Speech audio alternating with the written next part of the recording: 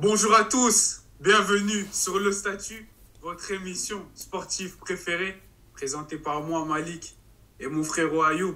J'espère que vous allez bien, que vous êtes bien installés. N'hésitez surtout pas à vous abonner à la chaîne si ce n'est pas encore le cas. En tout cas, moi, je vais bien. Ayoub, toi, comment tu vas? Je vais super bien, mais là on doit être fâché, puisque la vidéo sur les joueurs sous-cotés c'était bien, fallait sourire, remettre au goût du jour les joueurs à qui on estimait qu'ils méritaient plus de succès. Aujourd'hui c'est l'inverse, aujourd'hui on va crier sur des gens. Avant ça, générique.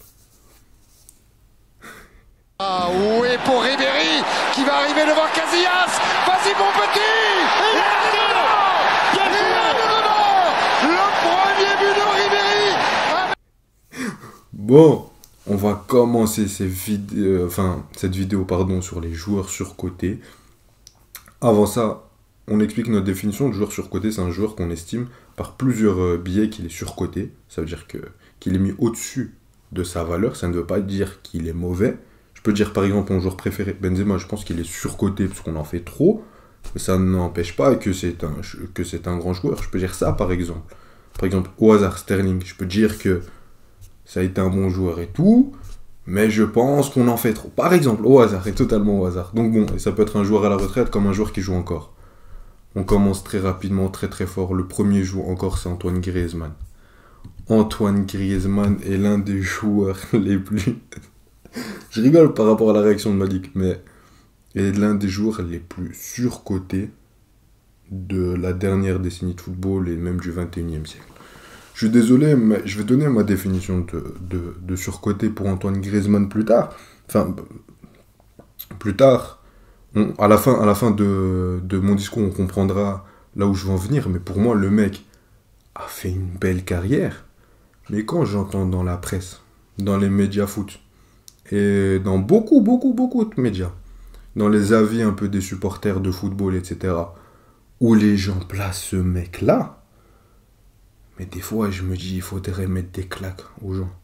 Quand la dernière fois que j'ai entendu qu'on le mettait dans les mêmes rangs que les Platini, Zidane, j'ai failli faire un infarctus. Bien sûr, c'est pas la norme, c'est très peu de gens qui le comparent à ça, mais même la vie globale sur Griezmann, calmez-vous. Je vais d'abord prendre sa carrière en club. Le mec va à la Real Sociedad, ok, ils vont en D2, ils montent en D1, etc. Quand il arrive là, dans plus jeune, ils sont en D4 même. Ok, d'accord, c'est très très bien. Jeune joueur prometteur, il arrive à l'Atlético Madrid. Ok, l'Atlético Madrid fait une finale de Ligue des Champions, on te recrute toi, ok. Il fait de bonnes saisons à l'Atlético Madrid jusqu'à arriver son prime 2015-2016. Et c'est là où est mon problème. Quand on me parle de la saison 2015-2016 de Griezmann, j'ai l'impression qu'on n'a pas vécu la même année de football. Bien sûr, le mec a eu beaucoup de choses qui justifient qu'on peut dire que c'est son prime, qu'il a fait une grande année. Au niveau footballistique, c'était excellent. Je reprends ses stats, c'est sa meilleure saison au niveau statistique. 54 matchs joués, 4380 minutes. Il joue quasiment l'intégralité des rencontres à chaque fois. 32 buts, 7 passes décisives, ok, c'est impressionnant. C'est le leader d'attaque, il est à côté de Fernando Torres, pas de souci. Le mec finit 3ème de Liga, perd en finale de Ligue des Champions et perd en finale de l'Euro. Pour le moment, on va rester sur l'aspect club.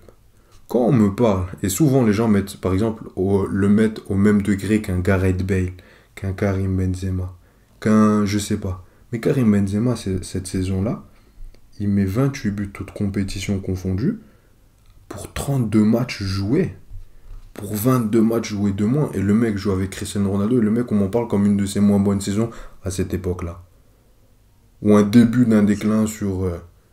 Donc, pour vous dire que Griezmann n'est pas un mauvais joueur. Quand je dis qu'il est surcoté, c'est pas qu'il est mauvais. Mais qu'il faut redescendre d'un cran. Et pourquoi? Et même après, si on prend l'Atlético Madrid, c'était bon. Le mec n'a jamais gagné de Liga avec l'Atlético. Pourtant, quand il part au Barça, l'Atlético gagne la Liga. Il va au Barça, qui vient de gagner la Liga la saison dernière. Il ne la gagne pas. Il fait 2 saisons. Messi part, on se dit c'est bon, il va prendre le lead techniquement. il est reparti directement à l'Atlético. Là où je veux en venir, c'est que Griezmann est un très bon joueur. C'est un joueur, je pense, de système et un joueur qui a souvent été lié à un coach, comme avec Simeone, où il jouait dans l'axe. C'était son joueur, c'était son équipe. Et c'est pour ça. Il y avait beaucoup de courses. Il a un jeu avec énormément de courses, avec énormément d'efforts. Donc, il avait un jeu qui lui allait. Il avait tout pour performer. On a vu son meilleur niveau. Et son meilleur niveau le comparait pas à beaucoup de joueurs qui ont joué à cette époque-là. Et c'est le joueur également d'un deuxième coach, Didier Deschamps. Et moi, selon moi, c'est pour ça que l'on surcote Griezmann. C'est par rapport à sa carrière en sélection. Quand on prend sa carrière en sélection, le mec arrive en 2014, remplace Ribéry, il fait une bonne compétition, mais sans plus. C'est pas incroyable. Ok, il arrive en 2016.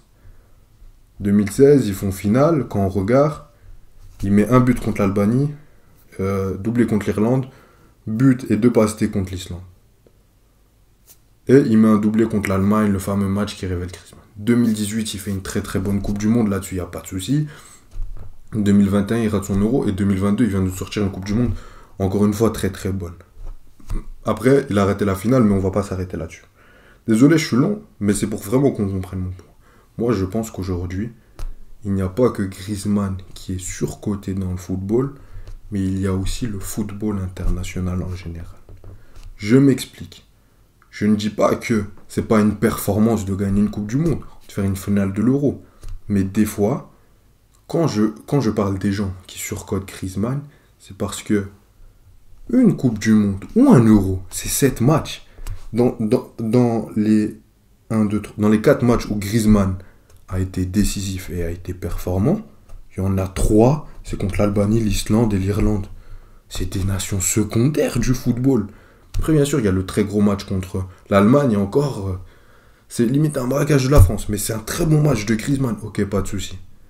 Mais le problème, c'est que ces 7 matchs-là ont tellement d'impact dans le crâne des fans de football, d'une dimension plus large qui ne regardent pas le football chaque week-end, qu'on va surcoter Griezmann.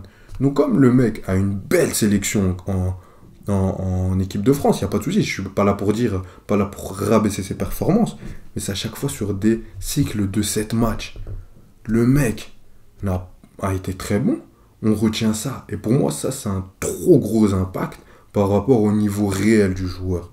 Pour moi, ça te permet de voir le niveau du joueur dans des très grosses rencontres.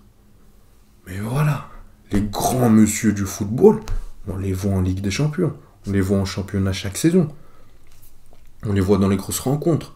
Pour moi, le football de club est un plus grand marqueur que le football de sélection. Et je ne rabaisse pas le football de sélection, je ne donne que mon avis. Et on l'a vu encore avec cette Coupe du Monde 2022. Mais on est sorti de la Coupe du Monde 2022 et pour beaucoup, toi et moi, c'est la plus belle Coupe du Monde qu'on a vue, peut-être la plus belle Coupe du Monde de l'histoire.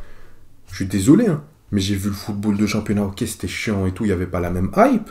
Mais en termes de football, en termes d'intensité, en termes de complexité tactique et en termes de niveau, mais j'ai pris une baffe. J'avais oublié ce que c'était le football en 2022-2023. Ça n'a rien à voir. Donc ok, il a eu une très belle carrière en sélection, mais à l'instar d'un Hugo Lloris. Hugo Lloris a pris sa retraite internationale, on se demandait est-ce qu'il était une légende de l'équipe de France. Pour moi, tout autant que Griezmann. Le mec, tu peux rajouter à lui 2014, 2012 où il est performant, tu peux rajouter des choses en plus à Lloris. Et le mec en club, il a quoi en moins que Griezmann? Il n'a pas de championnat non plus, il a aussi des deuxièmes places, il a aussi une finale de Ligue des Champions. Il a aussi des saisons où il a été très très bon, et comme Griezmann, il y avait des mecs au-dessus qui étaient plus forts, comme De Gea, comme Thibaut Courtois. Mais on en parle moins parce que c'est un gardien, et comme, encore une fois, c'est les... Pardon, je termine là-dessus. Comme c'est les compétitions nationales, internationales, c'est le grand public, donc va surcoter les joueurs offensifs et va oublier les gardiens. Voilà, j'ai été très très long, je suis désolé, mais j'avais beaucoup de choses à dire sur ce Antoine Griezmann. Je pense que tu sous-estimes quand même la saison qu'avait fait Griezmann en 2016 à You, parce que non, pas à l'instar de Hugo Lloris, Griezmann peut quand même dire qu'il a été nommé meilleur joueur du championnat Mais non, non. Mais attends. Un championnat où il y avait Cristiano Ronaldo, Neymar et Lionel Messi. Ok, Bale. Il peut dire ça. Bale. En 2016 aussi, tu oublies qu'en Champions League, Benzema. quand l'Atlético va en finale de Ligue des Champions en demi, tu oublies ce qu'il fait au Bayern également. En 2018, tu veux pas notifier parce que justement, je pense que tu sous-estimes. Mais pas que tu sous-estimes. C'est ton droit, c'est ton avis. Tu sous-estimes le fait qu'il est arrivé en finale d'Europa League et la finale qu'il a fait en Europa League. Mais au-delà de ça, moi je veux revenir sur... Attends, on est sérieux là? Ça bug? Non, ça bug. C'est toi qui bug. Je sous-estime le fait qu'il est arrivé en finale d'Europa League. Non, mais qui... L'Atlético Madrid 2017-2018? Non, mais tu te moques de moi, Malik. Genre, mais là, mais non, mais je te dis pas que c'est un bon... D'accord, non, ok. C'est un bon accomplissement pour un joueur de foot. Non, parce que je veux déjà répondre à ce que tu dis, parce que sinon après je vais être beaucoup trop long. Ok, c'est très bien pour Antoine Griezmann, mais justement, ça prouve que c'est un de ses meilleurs accomplissements dans sa carrière en club. C'est le meilleur accomplissement de sa carrière en club. C'est Antoine Griezmann. C'est pas les autres qui sont au-dessus de lui. Donc les gars, il n'est pas à la table de Messi et Ronaldo, mais il n'est pas à la table de beaucoup d'autres. Dont Suarez qui est meilleur que lui en 2015-2016. Suarez n'est pas meilleur. Suarez te donne pas une meilleure impression sur les matchs en Liga. Cristiano Ronaldo n'est pas meilleur en 2015-2016. Je dis même pas Benzema, mais pourquoi il est nommé? Mais toutes les saisons, on a des débats sur qui est nommé. On dit que lui a été meilleur que lui a été meilleur que lui. Combien de fois? Là, je parle de championnat, je parle pas... Oui, bien sûr. Oui, c'est que championnat. C'est que championnat. Il a été nommé, mais combien de fois dans les titres en première ligue, combien de fois on n'est pas d'accord? Combien de fois on dit ouais, mais lui, c'est parce que c'est lui et parce que... Bien sûr, mais on peut pas... Il finit 3e. Donc même toi qui dis l'accomplissement, oui, mais à la fin, il gagne rien. Pour certains joueurs, quand ça t'arrange, là, pourquoi tu le dis pas? À la fin, il finit 3e. 3e. Faut mettre en contexte qu'il y avait le Barça et le Real dans ce championnat. Le Real était complètement perdu. Qu'il a joué une finale de Ligue des Champions contre le Real qui a gagné 3. Et il a foiré sa finale et il rate un penalty. Il rate un penalty, c'est vrai. Ah, merci de le dire. Il a gagné 3 Champions League d'affilée et ça, faut aussi le mettre en contexte et pas l'oublier. C'était le début du truc. Je vais revenir à ton point où tu dis que le football international, le football de club est au-dessus de celui de la Suarez met 40 buts et 16 passes décisives. Hein. Mais bon, selon Malik... Et qu'on surcote le football des sélections.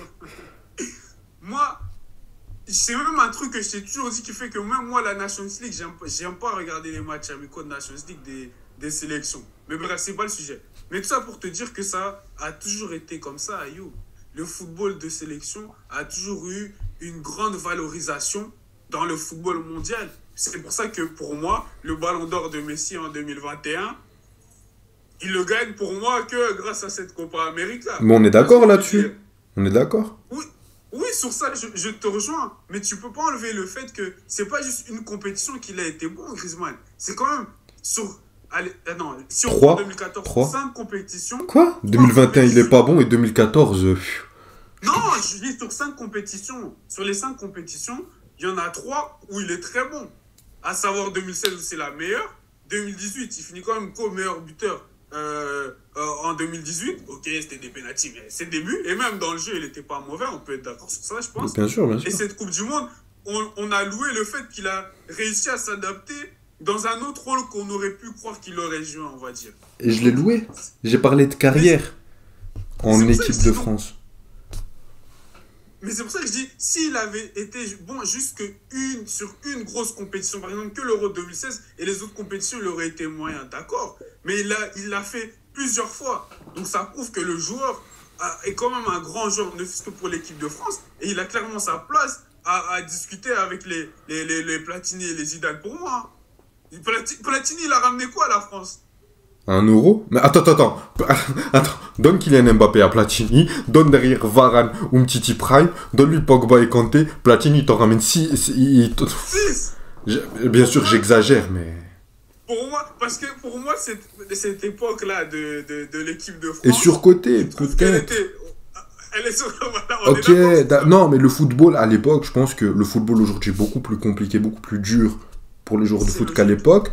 Donc, les joueurs d'aujourd'hui, un joueur que tu mets au même niveau, généralement aujourd'hui sera plus fort. Ok, mais il y a la nostalgie d'avant, on peut rien dire. Pas de souci. Mais le problème, c'est que moi, juste mon propos, c'est que Griezmann a une très belle carrière en sélection nationale et je veux juste pas qu'on soit trop long, donc je comprends ton point, il n'y a pas de souci, je ne sous-estime pas ça, mais je te dis comme 7 matchs, et je t'ai pris par exemple l'Euro 2016, tu me dis c'est sa meilleure compétition, la seule grande nation contre qui il est vraiment performant, c'est l'Allemagne. Donc bien sûr, faut pas retirer parce qu'il faut le faire et il y en a beaucoup d'autres très grands, Ils l'ont pas fait. d'autres joueurs qui l'ont pas fait. Mais je te dis que ça a tellement une caisse de résonance puissante que vont vite prendre Griezmann. Le mec, il a jamais gagné une Liga. Sur 38 journées, on a vu. Sur ça, on a vu. Un challenge au Barça dans un grand club pour les grands joueurs, alors que le mec, il joue avec Messi, Suarez, etc. C'était pas bon. Après, il y avait le problème du poste. Mais après, on l'a vu à plusieurs postes. Hein. Au début, ok, quand il était lié gauche, moi, je le défendais. Je te jure que quand il jouait sur Ernesto Valverde, quand il jouait milieu gauche, j'étais de ceux qui le défendaient. Mais à un moment, quand tu l'as mis dans l'axe, quand tu l'as mis neuf, quand Suarez n'était plus là, qu'il fallait le remplacer, qu'il n'a pas été bon, il a montré que il était une classe en dessous de beaucoup de mecs, dont Suarez, dont Karim Benzema, dont Neymar. Des fois, pour moi, il est un cran en dessous de ces mecs-là. Et pourtant, par exemple, à Benzema, il a pas sa carrière internationale. Bah, mais il a rien, Karim Benzema, au niveau carrière internationale. Son meilleur exploit, c'est un 8ème en finale d'Euro. Et le mec, il est excellent sur la compétition. Mais tu vois ce que je veux dire? Champions League. Donc, on est quand même à 17 minutes. Désolé, je t'ai pas laissé trop parler, là. Tu vas pouvoir parler comme tu veux. Lance-nous ton joueur sur côté qu'on rigole. Moi, je vais même pas être trop long en plus. Parce que pour moi, pas que c'est logique, mais ça devrait l'être en tout cas. Pour moi, un joueur surcoté, c'est aussi un Français, bizarrement. On n'a rien contre des Français. Hein. Mais Raphaël Varane est un joueur surcoté pour moi. Je suis désolé. Oui, le garçon a énormément de trophées. A un palmarès super large. 4 Ligues des Champions, Coupe du Monde. Il a combien de championnats d'Espagne? Excusez-moi, j'ai pas bien fait mes recherches. 4. Je vais vérifier ça, continue. Ou 3 championnats d'Espagne, je pense. Une 3. Coupe du Roi, je pense. Voilà, un 3, palmarès. une Coupe du Roi, 2 Super Coupes d'Espagne, 4 Ligues des Champions, 3 Super Coupes de l'UEFA et 4 Coupes du Monde des clubs. Voilà. Merci Ayoub, voilà, on a été précis. Donc palmarès très large. J'applaudis même le monsieur, très large. Il y a peu de défenseurs, même dans l'histoire, qui peuvent dire qu'ils ont un palmarès aussi large. Très peu de joueurs. D'accord. De joueurs aussi, c'est vrai, c'est vrai. Là, justement, j'oublie même une stat, entre guillemets. Le plus jeune, je crois, joueur a gagné 3 Champions League. Bref, il a un palmarès très large, rien à dire.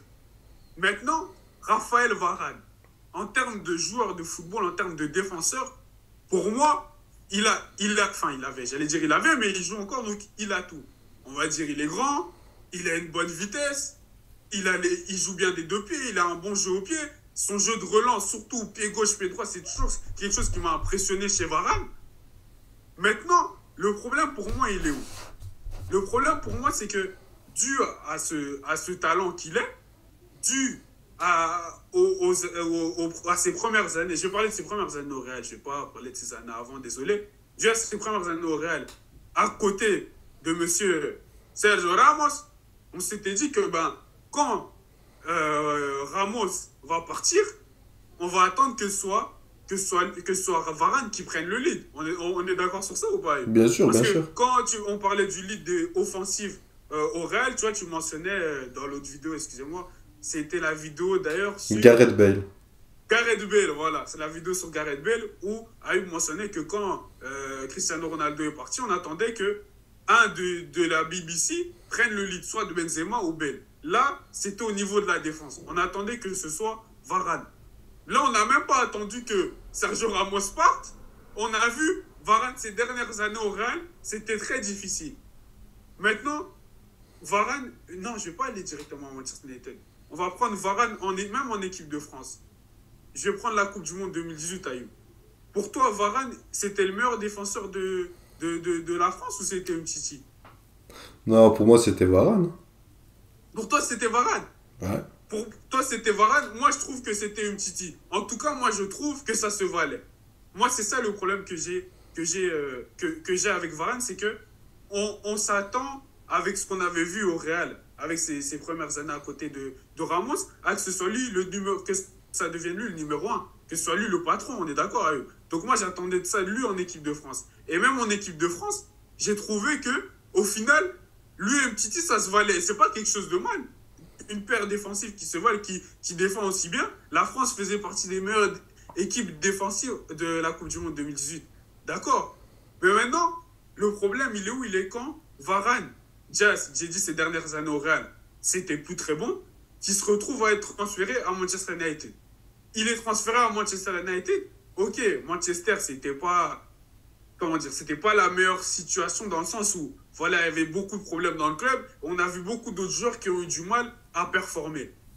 Mais moi, je trouve que Varane, au rang où on commençait à le mettre, il devait imprégner sa marque. Comme un Virgil van Dijk a changé, entre guillemets, une culture à Liverpool. S'il n'y a pas Virgil van Dijk à Liverpool, il n'y a pas tous les autres titres qui suivent. C'est ce que je veux dire. Je comprends, mais juste pour revenir rapidement là-dessus, par exemple, un Virgil van Dijk arrive, il est rapidement mis avec un très bon Joel Matip, il est mis avec des bons défenseurs centraux. Harry Maguire, il fait une des pires saisons que j'ai vues chez un défenseur central de Manchester United. Pourtant, j'ai vu Phil Jones jouer. Oui, mais Raphaël Varane, quand il arrive à Manchester United, tu t'attends à plus de lui que Virgil van Dijk quand Virgil vient de Southampton. Bien sûr. Tu vois ce que je veux dire? C'est pour ça que je te dis, au rang, on avait commencé à le mettre avec tous les championnats qu'il a gagnés, toutes les Champions League qu'il a gagnés, la Coupe du Monde qu'il a ramené. Varane, c'est le top 3, top 5 défenseurs au monde, normalement. Donc, on s'attendait à quand il arrive à Manchester United, il imprègne sa marque. Et même moi, je vais passer, c'est sa première saison à Manu où je ne suis pas convaincu du tout. Moi, je vais passer à cette saison. Il a eu beaucoup de pépins physiques. Oui, beaucoup de pépins physiques, d'accord. Mais on arrive à cette saison.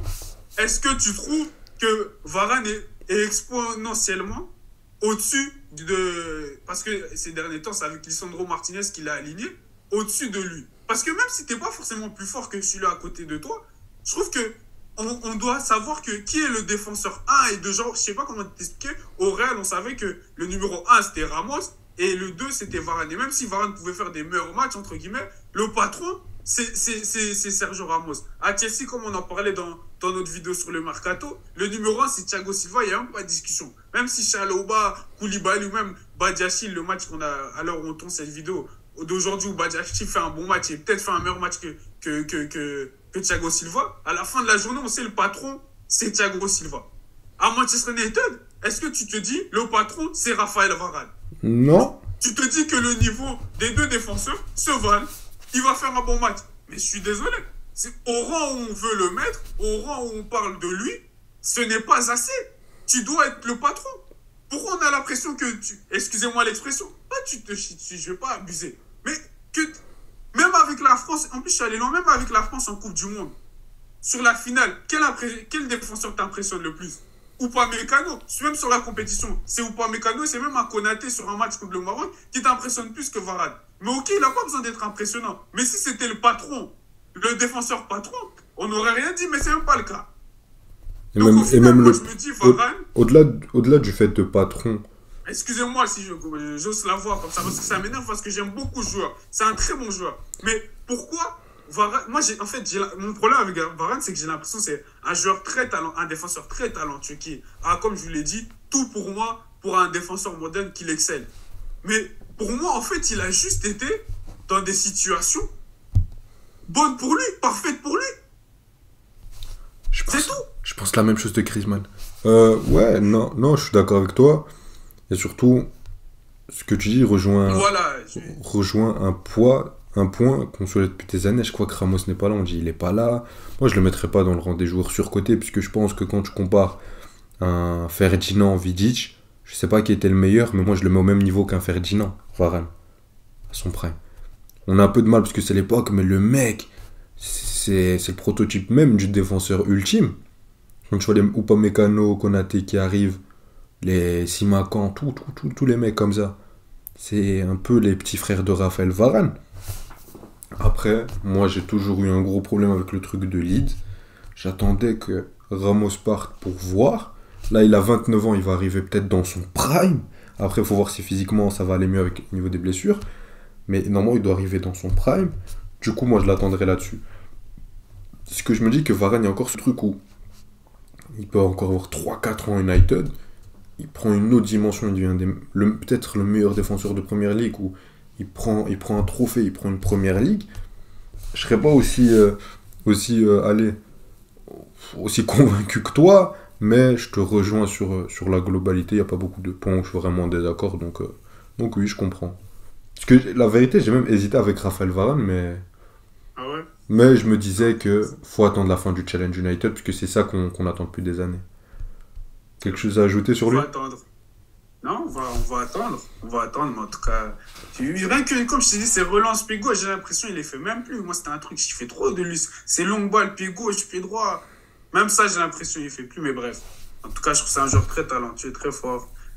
Et il manque quelque chose pour moi. Donc, Mais bon, c'était mon surcoté pour moi. donc bon, cher ami français, nous n'avons rien contre vous. D'ailleurs, vous, comme tous les abonnés, n'hésitez pas à mettre votre joueur surcoté en commentaire pour la deuxième vidéo sur ces joueurs-là. On le mentionnera dans la vidéo. Un grand merci à vous, que vous soyez français ou non, d'avoir vu encore ce nouvel épisode du Statut, votre nouvelle émission sportive préférée. N'hésitez pas à lâcher un like, ça nous montre que vous aimez ce genre de format. Vous abonnez, activez la cloche. Tous les réseaux sociaux, il faut aller follow. Il y a des exclusivités, les liens sont en description. Prochaine vidéo samedi. Merci à toi Malik. Merci à toi, Ayoub. Prenez soin de vous. Ciao, ciao. Salut.